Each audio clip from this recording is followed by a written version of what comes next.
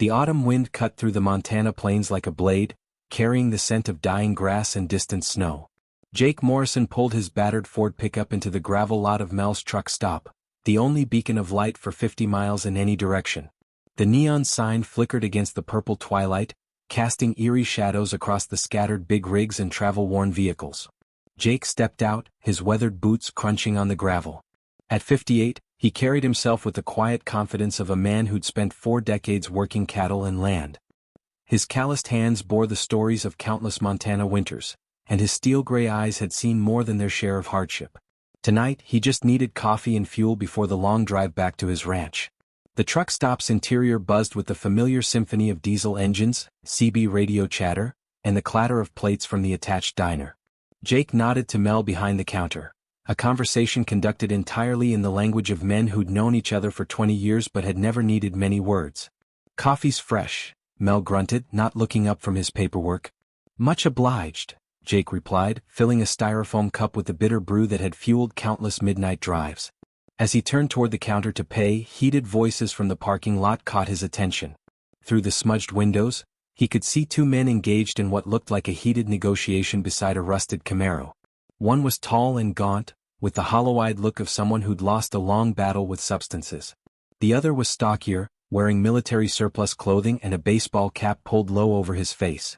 Jake's attention might have drifted away.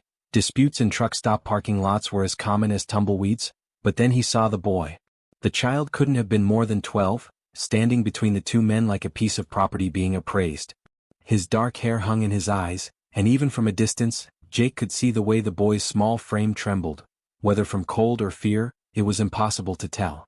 The thin jacket he wore was inadequate for the Montana evening, and his jeans were too big, held up by a rope belt. "That's not right," Jake muttered under his breath, setting his coffee down hard enough to slosh it onto the counter. Mel looked up, following Jake's gaze. "Been going on for about 10 minutes? None of our business, Jake." But Jake was already pushing through the glass doors, the bell's chime lost in the wind. As he approached, fragments of conversation reached his ears, words that made his blood run cold. 3 boxes of .45 ammo and 200 cash, the military surplus man was saying, his voice carrying the practiced tone of someone accustomed to making deals in shadows. "Make it 250 and you got yourself a deal," the gaunt man replied, his hand resting possessively on the boy's shoulder. "Kid strong, works hard. Won't give you no trouble." The boy, Miguel, Jake would later learn, kept his eyes fixed on the ground, but his fists were clenched at his sides. There was something in his posture that spoke of a child trying desperately to hold on to whatever dignity he had left. Jake felt something hot and familiar rise in his chest, the same feeling he'd had 30 years ago when he'd found a neighbor beating a horse with a length of chain. It was the kind of anger that came from witnessing cruelty, the kind that demanded action regardless of consequences. "Evening, gentlemen," Jake said, his voice carrying the authority of a man who'd never backed down from a fight he believed in. "Couldn't help but notice you're having some kind of discussion." The military surplus man turned, his hand instinctively moving toward his jacket. "This doesn't concern you, old man?" "Maybe not," Jake agreed, his eyes never leaving the boy. "But I'm making it my concern. What's your name, son?" Miguel looked up for the first time, revealing eyes that were too old for his face, dark brown and filled with a wariness that no child should possess. "Miguel," he whispered, his voice barely audible above the wind. "Miguel," Jake repeated, testing the name. "That's a good name. You hungry, Miguel?" The boy's father, if that's what he was, stepped forward aggressively. "We're in the middle of business here. Move along." Jake's expression didn't change, but something in his stance shifted. Anyone who'd known him for long could have read the warning signs, the slight tightening around his eyes, the way his hands relaxed at his sides. Jake Morrison was not a man who started fights, but he was absolutely a man who finished them. "What kind of business involves a boy and ammunition?" Jake asked quietly. "The kind that pays bills," the gaunt man snapped. "Kid's mine to do with as I please. We got debts and he's old enough to work them off." The casual cruelty in the man's voice, the way he spoke about his own child as a commodity, hit Jake like a physical blow. He thought of his own son, David, who died in a car accident 15 years ago. David had been 14, just 2 years older than Miguel, and Jake still remembered the weight of that small hand in his when they'd walked to the barn together. "How much?" Jake asked suddenly. Both men looked at him in surprise. "What?" the military surplus man asked. "How much for the boy?" Miguel's father's eyes lit up with the calculating gleam of a man who just realized he might have multiple buyers. Well, now that depends. You got cash. Jake reached into his back pocket and pulled out his wallet, worn leather that had been a gift from his late wife, Sarah. Inside were the proceeds from selling 20 head of cattle earlier that day. $600 meant for winter feed and repairs to the barn roof. I've got $600, Jake said, his voice steady despite the magnitude of what he was proposing. Jake. Mel's voice came from behind him. The older man had followed him outside, concern etched in every line of his weathered face. What are you doing? What needs doing? Jake replied without turning around. The gaunt man looked between Jake and the military surplus man, clearly trying to decide which offer would benefit him more. $600, huh? That's more than Chuck here was offering. Chuck, apparently the military surplus man, stepped forward angrily. We had a deal, Ray.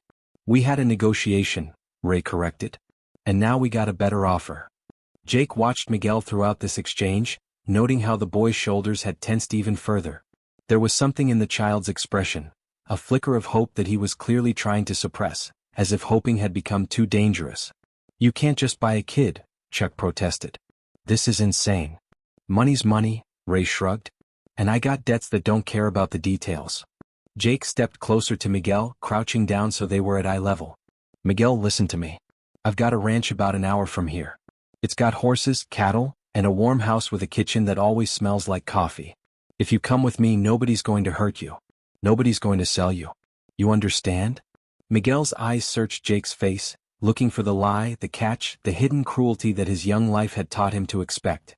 But Jake's expression remained steady, patient, and kind. Why? Miguel whispered. It was perhaps the most important question anyone had ever asked Jake Morrison. Why risk $600 on a boy he didn't know? Why get involved in a situation that could turn dangerous? Why care about one child when the world was full of suffering? Because, Jake said quietly, everybody deserves a chance to be more than what someone else decides they should be. The transaction that followed was conducted with the cold efficiency of a business deal, but Jake felt each dollar bill as it left his hand like a piece of his soul. Ray counted the money twice, his hands shaking slightly, whether from cold, withdrawal, or the magnitude of what he was doing Jake couldn't tell. Pleasure doing business, Ray said, pocketing the cash. He looked at Miguel one last time and for a moment, something that might have been regret flickered across his features. But it was gone as quickly as it had appeared. Be good, kid. Miguel said nothing, but Jake noticed the way his small hands clenched into fists again. As Ray's Camaro disappeared into the darkness, leaving a trail of blue exhaust smoke, Jake found himself standing in a truck stop parking lot with a terrified boy and the weight of a decision that would change both their lives forever. You hungry? Jake asked again, his voice gentler now. Miguel nodded, not trusting his voice. Come on then, Jake said, placing a careful hand on the boy's shoulder. Let's get you something to eat and then we'll head home. As they walked toward the diner, Jake caught Mel's eye through the window.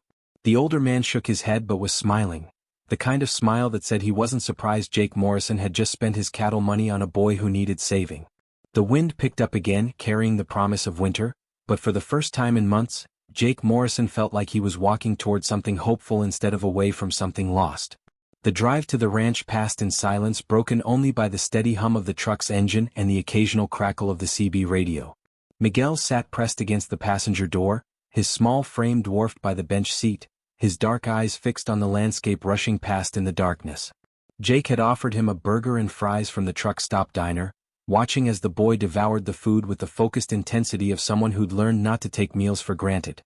You ever been on a ranch before? Jake asked as they turned off the main highway onto a dirt road marked only by a weathered mailbox bearing the name Morrison. Miguel shook his head, still not trusting his voice. The silence stretched between them, not uncomfortable but heavy with unspoken questions and uncertain futures. The headlights illuminated a simple wooden sign, Circle M Ranch Ist 1952. Jake had carved those letters himself when he and Sarah had first bought the land, young and full of dreams about raising cattle and children in the clean air of Montana. Now, 35 years later, the sign was weathered but still standing, much like Jake himself. As they crested a small hill, the ranch spread out before them in the moonlight. The main house was a modest two-story structure built from local timber, its windows glowing warm yellow against the darkness. To the left stood a large barn, its red paint faded but its structure solid. A series of corrals and outbuildings dotted the landscape, and in the distance, the dark shapes of cattle could be seen scattered across the rolling pastures. "This is it," Jake said simply. Miguel's eyes widened as he took in the scale of the property. Coming from whatever cramped, desperate circumstances had led to his father's decision to trade him for bullets and cash, the ranch must have seemed impossibly vast. The truck came to a stop in front of the house and Jake killed the engine. The sudden silence was profound. No traffic, no city noise, just the whisper of wind through the grass and the distant lowing of cattle. "Stay close," Jake said as they climbed out. "It's dark and you don't know the layout yet." They climbed the steps to the front porch, where Jake's border collie Rex emerged from the shadows. The dog was old, his black and white coat graying around the muzzle, but his eyes were still sharp and alert. Rex approached Miguel cautiously, sniffing the air. "Easy, Rex," Jake said. "This is Miguel. He's going to be staying with us." Rex completed his inspection and, apparently satisfied, sat down and offered Miguel his paw. Despite everything, the boy almost smiled. The interior of the house reflected Jake's practical nature. Comfortable but not fancy, clean but lived in. The living room featured a stone fireplace with cold ashes from the previous evening, a worn leather sofa, and bookshelves lined with ranch management guides, veterinary manuals, and a collection of Western novels that had belonged to Sarah. "Kitchen's through here," Jake said, leading the way. "Bathrooms upstairs along with the bedrooms. We'll get you settled in David's room." The mention of David's name came out before Jake could stop it, and he felt the familiar pang of loss. Miguel noticed the hesitation but didn't ask questions. The boy had clearly learned that sometimes it was safer not to probe into other people's pain. David's room had been preserved exactly as it was 15 years ago, a shrine to a 14-year-old boy's interests. Posters of Montana State University football players adorned the walls, alongside pictures of champion quarter horses and rodeo riders. A collection of baseball trophies lined one shelf, and an acoustic guitar sat in the corner, gathering dust. "This was my son's room," Jake said quietly, watching Miguel's reaction. "He died in a car accident when he was about your age. You're welcome to anything in here that might be useful." Miguel approached the room like it was a museum, his hands carefully at his sides. "Where do I sleep?" "The bed's yours," Jake said. "I'll get you some clean sheets." As Jake busied himself with linens, Miguel explored the room with the careful curiosity of someone who'd learned to assess his environment for threats and opportunities. He paused at a framed photograph on the nightstand, a picture of Jake, a woman with kind eyes and graying hair, and a boy who looked remarkably like Miguel might in a few years. "That's Sarah, my wife," Jake said, noticing Miguel's attention. "She died 3 years ago. Cancer." "I'm sorry," Miguel whispered, the first words he'd spoken since the truck stop. Jake paused in his sheet folding. "Thank you. That means something."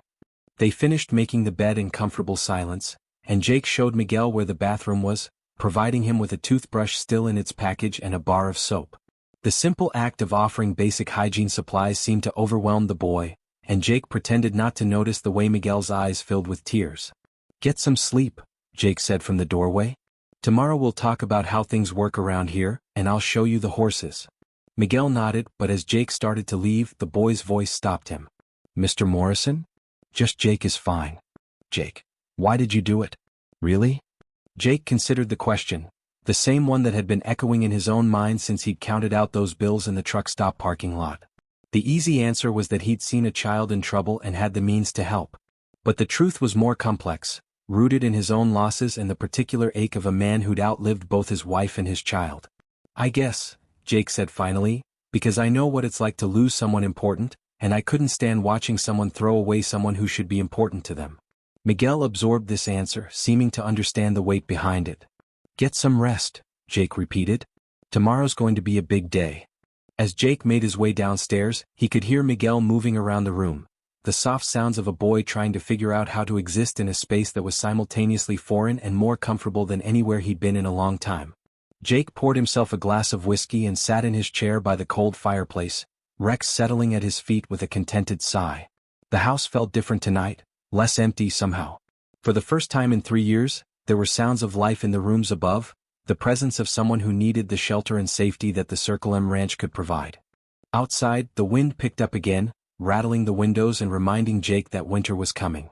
But inside, the house felt warmer than it had in months, filled with the possibility of something new beginning in a place that had seen too much ending. Jake finished his whiskey and made his way upstairs, pausing outside David's room, Miguel's room now, to listen to the steady breathing of a boy finally able to sleep without fear. It was a sound he'd thought he'd never hear in this house again, and it filled him with a sense of purpose he hadn't felt since Sarah's funeral. Tomorrow would bring its own challenges.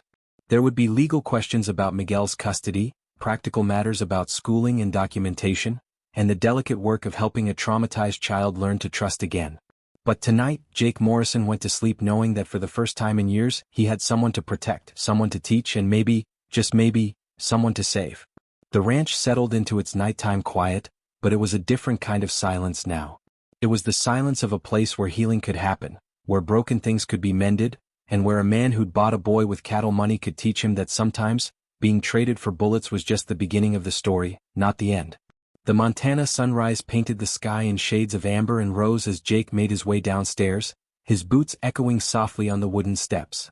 He'd been awake since 4:30, a habit ingrained by 40 years of ranch life, but he'd waited until a more reasonable hour to start moving around, conscious of the boy sleeping in the room above. The smell of coffee was already filling the kitchen when he heard the tentative footsteps on the stairs. Miguel appeared in the doorway wearing the same clothes from the night before, his dark hair sticking up at odd angles. The boy's eyes were alert but cautious, scanning the room as if reconfirming that the previous night hadn't been a dream.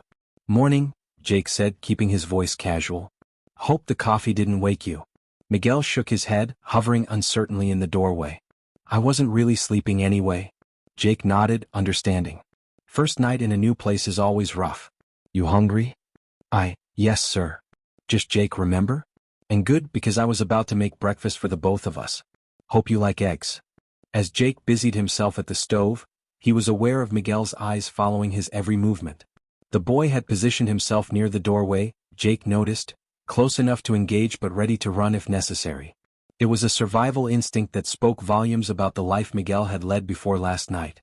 "You know how to cook?" Jake asked, cracking eggs into a cast-iron skillet. "A little," Miguel admitted. "Basic stuff. Good skill to have. Man should be able to feed himself." Jake gestured toward the cabinet. "Think you could grab us a couple plates? They're in there." It was a small test, Jake realized, asking Miguel to help with something simple, seeing if the boy could accept the idea that he belonged in this space enough to move freely within it. Miguel hesitated for a moment, then moved to the cabinet, his movements careful and deliberate. They ate breakfast in comfortable silence, Miguel consuming his eggs and toast with the same focused intensity he'd shown with the truck stop burger. Jake found himself watching the boy's hands. They were small but showed signs of hard work, with calluses that spoke of physical labor no 12-year-old should have to perform. "So," Jake said, pushing his empty plate away, "I suppose we should talk about how things work around here." Miguel's fork stopped halfway to his mouth, his shoulders tensing. Am I supposed to work for you? To pay off what you spent?" The question hit Jake like a punch to the gut. "No son. You're not working off a debt. You're not indentured to me or anyone else. You understand that?" Miguel's expression remained skeptical, as if kindness without obligation was a concept too foreign to accept. "Look," Jake continued, leaning forward, "I'm not going to lie to you. Life on a ranch involves work. That's just the nature of it. But you're not my employee and you're not my property. You're..." He paused, searching for the right words. "You're someone who needs a safe place to be, and I'm someone who can provide that. But what do you want from me?" Miguel asked, his voice barely above a whisper. It was the question of a child who'd learned that adults always wanted something, that safety and shelter came with prices that were often too high to pay. "I want you to be safe," Jake said simply. "I want you to go to school, to learn things, to grow up without having to worry about where your next meal is coming from or whether someone's going to hurt you. I want you to be a kid for as long as you can manage it." Miguel absorbed this, his young face serious. "And if I can't? Be a kid, I mean." "Then we'll work with what we've got," Jake replied. "But we're going to try." After breakfast, Jake led Miguel outside for a tour of the ranch. The morning air was crisp, carrying the scent of hay and the distant sound of cattle moving in the pastures. Rex trotted alongside them, occasionally darting off to investigate some interesting scent before returning to their side. "Circle M runs about 1,500 acres, Jake explained as they walked. "We've got about 200 head of cattle, mostly Black Angus with some Herefords mixed in. We grow our own hay and we've got a small herd of horses, working horses mostly, though a few are getting too old for ranch work." They approached the main corral where several horses stood in the morning sun. Jake's pride was evident as he pointed out each animal. Dusty, a Palomino gelding with a calm temperament, Bandit, a paint mare with a mischievous streak, and Thunder, an aging quarter horse who'd been Jake's primary mount for over a decade. Ever been around horses? Jake asked. Miguel shook his head, but his eyes were bright with interest. Are they dangerous? They can be if you don't know what you're doing or if you don't respect them, Jake said. But mostly they're just big animals with their own personalities. Like people, some are friendlier than others. Jake opened the corral gate and approached Dusty, the Palomino nickering softly in greeting. The horse was clearly comfortable with Jake's presence, accepting the gentle pat on his neck with equine dignity. This is Dusty, Jake said. He's about the most patient horse I've ever known. If you're going to learn to ride, he's the one who'll teach you. You're going to teach me to ride? Miguel asked, surprise evident in his voice. That's the plan, Jake confirmed. Can't live on a ranch in Montana without knowing how to ride. Besides, I think you and Dusty will get along just fine. Jake showed Miguel how to approach the horse, slowly with his hand extended so Dusty could catch his scent. The Palomino's large brown eyes regarded the boy with gentle curiosity, and when Miguel tentatively reached out to touch the horse's nose, Dusty stood perfectly still. He's so warm, Miguel whispered, wonder replacing the caution in his voice. Horses are warm-blooded creatures, Jake explained. They're also smart. Dusty can tell you're nervous, but he can also tell you're not trying to hurt him. Horses are good judges of character. They spent the next hour moving through the ranch, Jake explaining the daily routines of feeding, checking fences, and monitoring the cattle. Miguel listened intently, asking occasional questions that revealed a sharp intelligence beneath his wariness. As they returned to the house for lunch, Jake broached the subject that had been weighing on his mind since the previous night. Miguel, we need to talk about some practical things. School, for instance. And I'm going to need to contact social services to make sure everything's legal and above board. Miguel's entire body went rigid. Social services? They're not the enemy, Jake said gently. But there are laws about guardianship, about children living with adults who aren't their parents. We need to do this right. They'll take me away, Miguel said, his voice flat with certainty. Not if I have anything to say about it, Jake replied. But we need to follow the proper channels. I'm not going to let anyone hurt you, but I'm also not going to pretend last night never happened. We're going to make this official, legal, and permanent. That afternoon, Jake made several phone calls while Miguel sat in the living room, clearly listening to every word. He spoke with the local school district about enrollment procedures, with a lawyer about guardianship laws, and with the county social services department about the proper protocol for Miguel's situation. Each conversation was carefully worded. Jake had no intention of revealing the exact circumstances of how Miguel had come to be in his care, but he needed to establish a legal framework that would protect the boy's future. What did they say? Miguel asked when Jake hung up from the final call. They're going to send someone out next week to do a home inspection, Jake said. Standard procedure when a child is placed in a new home. They'll ask you some questions, they'll ask me some questions, and they'll make sure you're safe and well cared for. And if they don't think I should be here? Jake met the boy's eyes directly. Then we'll figure out another way. But Miguel, I want you to understand something. I didn't spend $600 on you just to let some bureaucrat decide your future. We're going to make this work. That evening, as the sun set behind the mountains, Jake took Miguel back to the corral. This time he showed the boy how to properly approach a horse, how to read their body language, and how to gain their trust. Horses and people aren't so different, Jake said as Miguel stroked Dusty's neck with growing confidence. They both respond to patience, kindness, and consistency. They both remember how you treat them, and they both can tell when you're being genuine. As Miguel continued to pet the horse, Jake noticed something he hadn't seen before, the beginning of a smile, small but genuine, creeping across the boy's face. Jake, Miguel said, not looking away from Dusty. Yeah. Thank you. For everything. Jake felt a tightness in his throat that he hadn't experienced since Sarah's funeral. You're welcome, son. You're welcome. That night, as Jake listened to the sounds of Miguel moving around upstairs, the boy was clearly still adjusting to the idea of privacy and safety. He reflected on the changes that 24 hours had brought to his life. The house felt different, alive in a way it hadn't been since Sarah's death. There was purpose in his daily routine now, someone who needed his knowledge and protection. The challenges ahead were significant. Legal hurdles, the boy's traumatic past, the practical matter of integrating Miguel into a community that would ask questions about his sudden appearance. But for the first time in years, Jake Morrison felt like he was building something instead of just maintaining what was left. Outside, the Montana wind carried the scent of changing seasons, but inside the Circle M ranch, something new was beginning to grow, fragile and tentative but real. Trust, Jake knew, was like breaking a wild horse. It couldn't be forced or rushed, but with patience, consistency, and respect, even the most skittish creature could learn to accept the weight of a rider. Miguel was learning to trust, one gentle day at a time. And perhaps more importantly, Jake was learning to hope again. 3 weeks had passed since that night at the truck stop, and the rhythms of ranch life had begun to weave Miguel into their pattern. The social services visit had gone better than expected. The caseworker, a practical woman named Janet Mills who'd seen enough genuine care to recognize it, had been impressed by the obvious improvements in Miguel's health and demeanor. The guardianship paperwork was moving through the system, and Miguel had been enrolled in the local middle school, though Jake had convinced the administrators to let the boy start after Thanksgiving to give him more time to adjust. The morning air carried the sharp bite of November as Jake and Miguel made their way to the corral. Miguel now moved through the ranch with a confidence that had grown daily, his initial wariness replaced by genuine curiosity about the animals and the land. Rex trotted beside them, having appointed himself as the boy's unofficial guardian. "Today's the day," Jake announced as they approached the fence where Dusty stood waiting, his breath creating small clouds in the cold air. Miguel felt his stomach tighten with nervous excitement. They'd been working toward this for weeks, daily sessions of grooming, feeding, and simply spending time with the horses. Jake had been methodical in his approach, teaching Miguel to read the animals' moods, to understand their body language, and to move around them with confidence and respect. "Are you sure I'm ready?" Miguel asked, his voice betraying his nervousness. "Been ready for a week," Jake replied, opening the gate. "But being ready and feeling ready are two different things. Fear's natural, it keeps you alert.